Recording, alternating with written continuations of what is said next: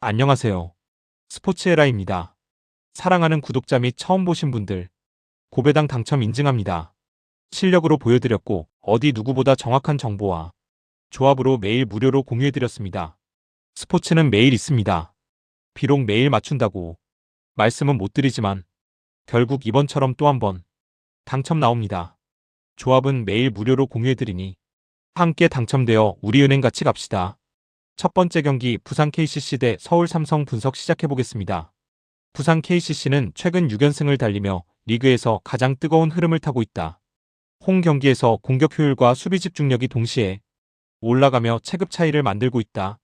숑롱은 골밑에서 득점과 리바운드를 동시에 책임지는 절대적인 중심 자원이다. 드완 에르난데스는 트랜지션과 미드레인지에서 꾸준히 점수를 쌓아준다. 나바로는 수비 에너지와 리바운드 가담으로 포제션 싸움에서 힘을 보태는 역할이다. 허웅이 빠진 상황에서도 가드라인의 볼 운반과 세트 완성도가 유지되고 있다. KCC는 하이포스트 활용과 킥아웃 전개로 외곽 찬스를 안정적으로 만든다. 수비에서는 로테이션이 빠르고 상대 1옵션에게 더블팀 타이밍이 명확하다. 연승 흐름 속에서 팀 사기와 자신감이 최고조에 올라있는 상태다. 홈팬들의 분위기까지 더해지며 초반부터 주도권을 쥘 가능성이 크다. 서울 삼성은 최근 경기력 기복이 심해 흐름을 이어가지 못하고 있다. 직전 경기 연장 혈투 여파로 체력 소모가 적지 않은 상황이다. 니콜스는 여전히 확실한 1옵션이지만 의존도가 과도하게 높다. 이관희가 공격에서 분전하고 있으나 꾸준함은 떨어지는 편이다. 국내 선수들의 공격 기여도가 낮아 득점 루트가 단조롭다.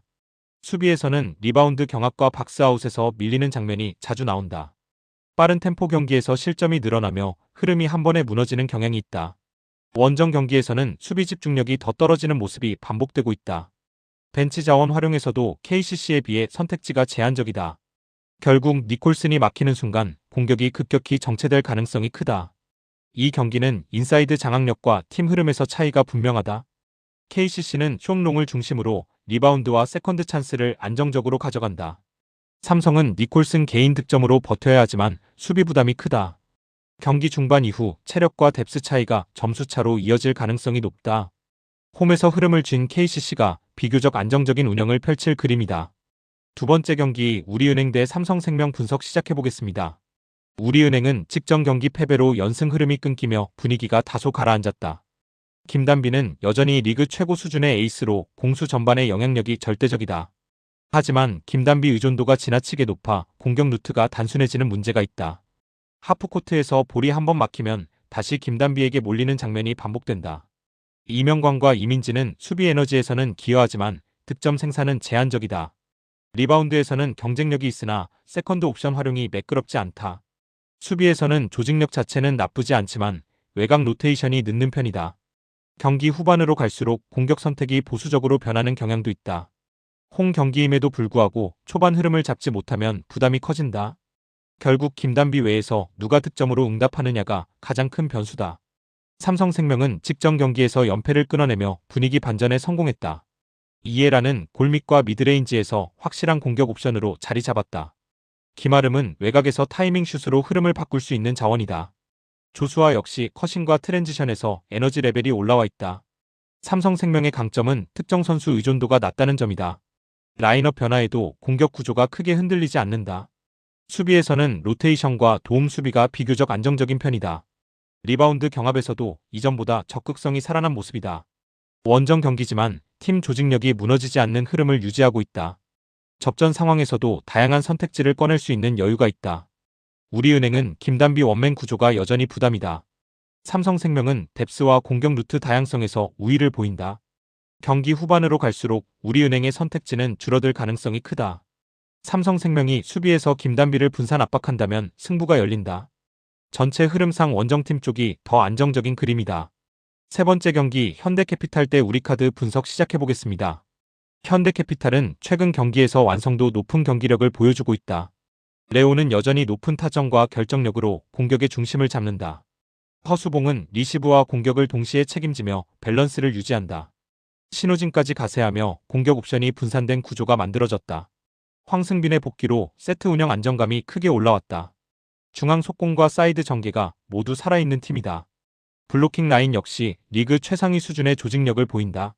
홈 경기에서는 서브 압박 강도도 한 단계 더 올라간다. 상대 흐름을 끊는 타임아웃 이후 운영도 매우 안정적이다. 전체적으로 고점과 저점의 차이가 크지 않은 팀이다. 우리카드는 최근 연패로 흐름이 좋지 않다. 아라우조는 여전히 확실한 득점원이지만 부담이 과하다. 알리는 공격에서는 기여하지만 리시브 안정감은 아쉽다. 국내 선수들의 공격 가담이 거의 나오지 않는 상황이다. 세트 후반으로 갈수록 공격 선택이 단조로워진다. 블로킹에서 상대에게 주도권을 내주는 장면이 잦다. 리시브가 흔들리면 공격 전개가 급격히 무너진다.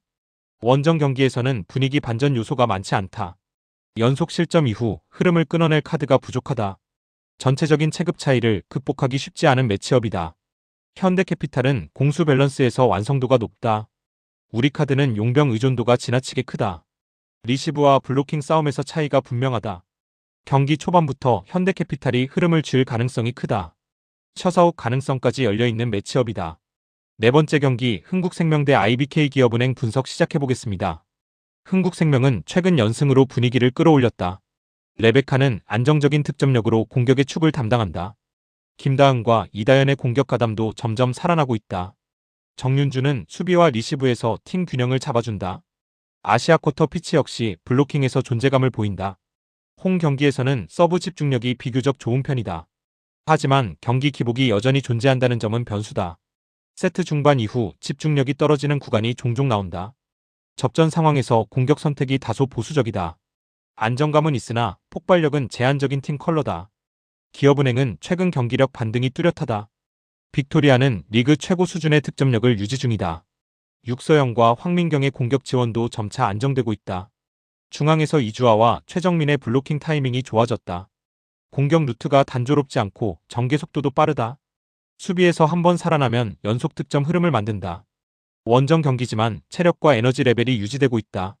세트 후반 집중력에서도 최근 상승세가 보인다. 경기 운영에서 자신감이 살아난 모습이다. 접전 상황에서 승부를 결정지을 카드가 명확하다. 흥국생명은 안정적이지만 폭이 넓지는 않다. 기업은행은 빅토리아 중심으로 공격 파괴력이 크다. 세트 후반 갈수록 기업은행 쪽 집중력이 우위다. 리바운드 블로킹 싸움에서 기업은행이 밀리지 않는다.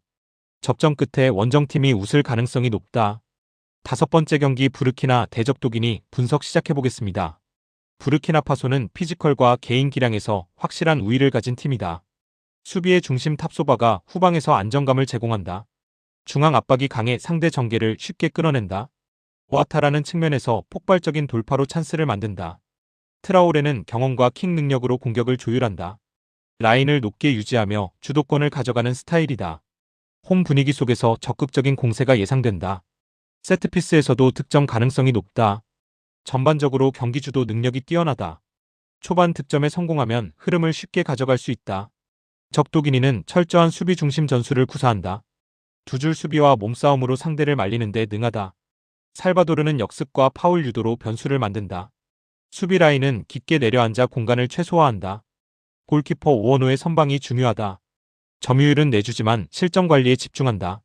경기 흐름을 끊는 플레이가 잦다. 득점 루트는 세트피스에 한정적이다. 장기적으로는 체력 부담이 변수다. 후반으로 갈수록 수비 집중력이 흔들릴 수 있다. 전력과 개인 기량에서는 홈팀이 앞선다. 적도기니는 초반 버티는 데 집중할 것이다. 하지만 90분 내내 막아내기는 쉽지 않다. 부르키나파소의 지속적인 압박이 결국 균열을 만든다.